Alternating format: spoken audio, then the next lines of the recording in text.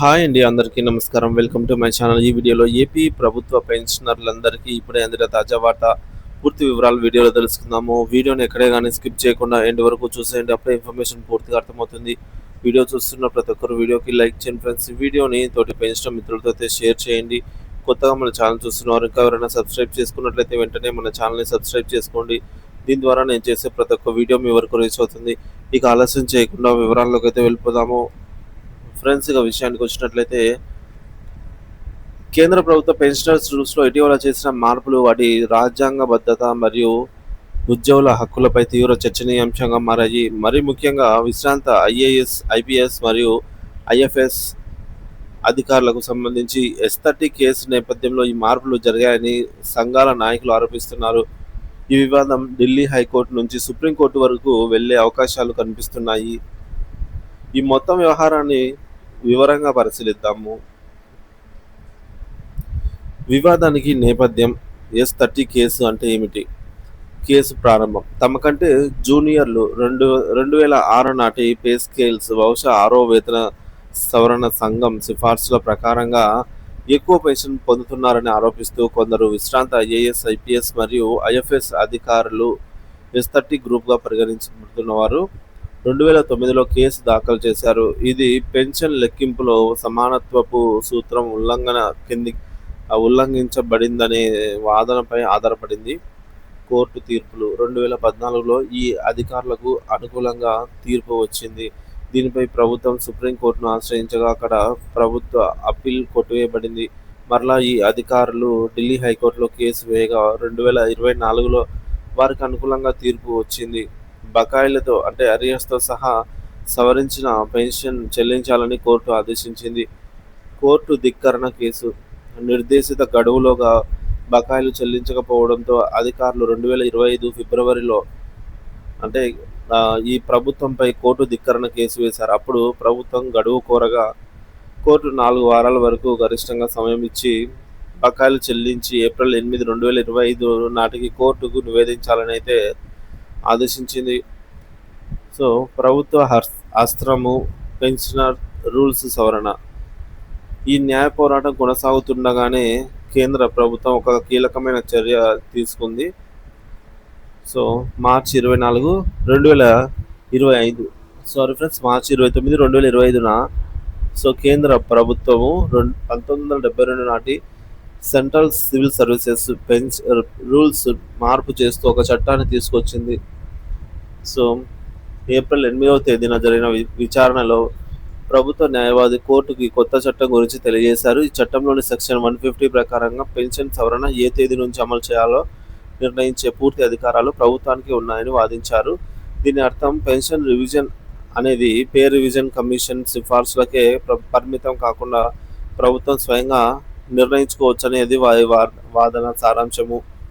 కొత్త చట్టం ప్రకారంగా ఈ కొత్త చట్టం ఎస్-30 కేసులోని అధికారులకు బకాయిలు చెల్లించాల్సిన అవసరం లేదని, అందువల్ల కోర్టు ధిక్కరణ కేసు కూడా తమకు వర్తించదని ప్రభుత్వం స్పష్టం చేసింది.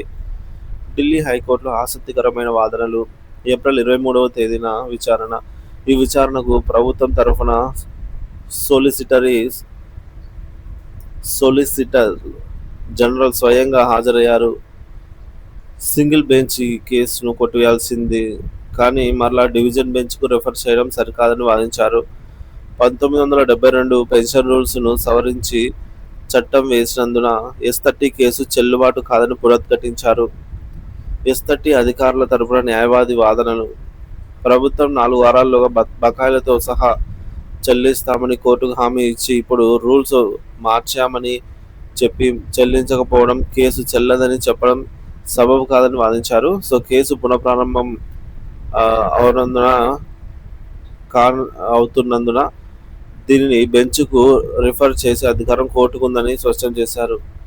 ఇక న్యాయమూర్తి వ్యాఖ్యలు. ఇరు పక్షాల వాదనలు విన్నటువంటి న్యాయమూర్తి కీలక వ్యాఖ్యలు చేశారు. పెన్షన్ రూల్స్ మార్పు చేశారు కాబట్టి కేసును బెంచ్కు రిఫర్ చేయవద్దని చెప్పడం సరికాదని పేర్కొన్నారు. అలాగే పెన్షనర్ రూల్స్ మార్చారు కాబట్టి కేసు చెల్లుబాటు కాదని చెప్పడం కూడా ఆమోదయోగ్యం కాదన్నారు. ప్రభుత్వాలు ఎన్నో సర్వీస్ రూల్స్ను మార్పు చేస్తూ చట్టాలు చేస్తుంటాయని, అయితే ఈ మార్పులు రాజ్యాంగానికి అనుగుణంగా లేకపోతే అలాంటి చట్టాలను కోర్టు కొట్టివేసిన సందర్భాలు అనేకం ఉన్నాయని గుర్తు చేశారు. ఇది చాలా కీలకమైన పరిశీలన. తదుపరి విచారణ మరియు ఆదేశాలు. కేసును మే 8వ తేదీకి వాయిదా వేస్తూ మే 6వ తేదీలోగా ప్రభుత్వం మరియు పిటిషనర్లు తమ వాదనలు రాతపూర్వకంగా అఫిడవిట్ రూపంలో సమర్పించాలని న్యాయమూర్తి ఆదేశించారు. ఉద్యోగ సంఘాల ప్రతిస్పందన మరియు భవిష్యత్ కార్యాచరణ. ఈ పరిణామాలు ఉద్యోగ పెన్షనర్ల సంఘాల్లో తీవ్ర ఆందోళన కలిగించాయి.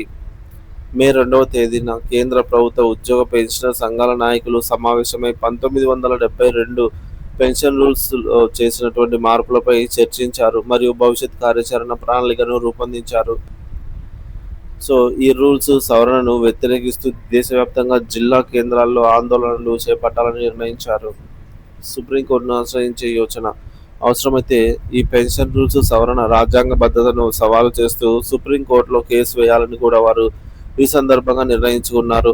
ప్రభుత్వం ఏకపక్ష నిర్ణయాలు ఉద్యోగుల హక్కులను హరిస్తున్నాయని వారు ఆరోపిస్తున్నారు. సో ఈ విధంగా అధికారాల విభిన్న ప్రశ్న. పెన్షన్ సవరణ విషయంలో ప్రభుత్వానికి అపరిమిత అధికారాలు ఉండవచ్చా లేదా అది న్యాయ సమీక్షకు లోబడి ఉంటుందా అనేది కేసులో తేలనున్నటువంటి ముఖ్యమైన అంశము. భూతకాలిక ప్రభావం. ఇప్పటికే కోర్టు తీర్పుల ద్వారా నిర్ధారించబడిన హక్కులను కొత్త చట్టం ద్వారా భూతకాలిక ప్రభావంతో రద్దు చేయడం ఎంతవరకు చెల్లుబాటు అవుతుంది అనేది కూడా ఒక కీలకమైన న్యాయపరమైన ప్రశ్న.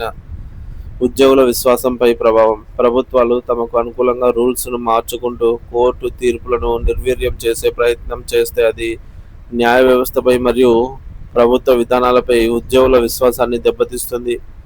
ఏ చట్టమైన సవరణ అయినా రాజ్యాంగం మౌలిక సూత్రాలకు లోబడి ఉండాలి. ఆర్టికల్ 14, ఆర్టికల్ 21 వంటి ప్రాథమిక హక్కులకు సవరణ భంగం కలిగిస్తున్నాయా అనేది చూడాలి. సో పెన్షన్ రూల్స్ సవరణకు సంబంధించి ఈ వివాదం కేవలం S30 అధికారులకు మాత్రమే పరిమితమైనది కాదు. ఇది దేశవ్యాప్తంగా ఉన్న లక్షలాది మంది ప్రభుత్వ ఉద్యోగులు పెన్షనర్ల హక్కులకు సంబంధించిన కీలకమైన అంశం. ఢిల్లీ హైకోర్టులో సవరించబడే అఫిడవిట్లు తదుపరి వాదనలు ఈ కేసు గమనాన్ని నిర్దేశిస్తాయి. అంతిమంగా ఈ వివాదం సుప్రీంకోర్టుకు చేరే అవకాశాలు ఎక్కువగా ఉన్నాయి. న్యాయస్థానాలు ఈ విషయంలో ఏ విధమైన తీర్పు ఇస్తాయో అది భవిష్యత్తులో పెన్షన్ విధానాలపై తీవ్ర ప్రభావం చూపుతుంది. ఉద్యోగ సంఘాలు కూడా తమ హక్కుల పరిరక్షణకు న్యాయ పోరాటాన్ని కొనసాగించడానికి అయితే సిద్ధం అవుతున్నాయి. సో మరి చూడాలి ఫ్రెండ్స్, దీనిపైన మనకు కేంద్రంలో ఏదైనా మార్పు చేసినట్లయితే రాష్ట్ర ప్రభుత్వం కూడా ఫాలో అవుతుంది. కాబట్టి ఇది సర్వత్రా ఇప్పుడు ఆసక్తిగా నెలకొన్నటువంటి అంశమైంది.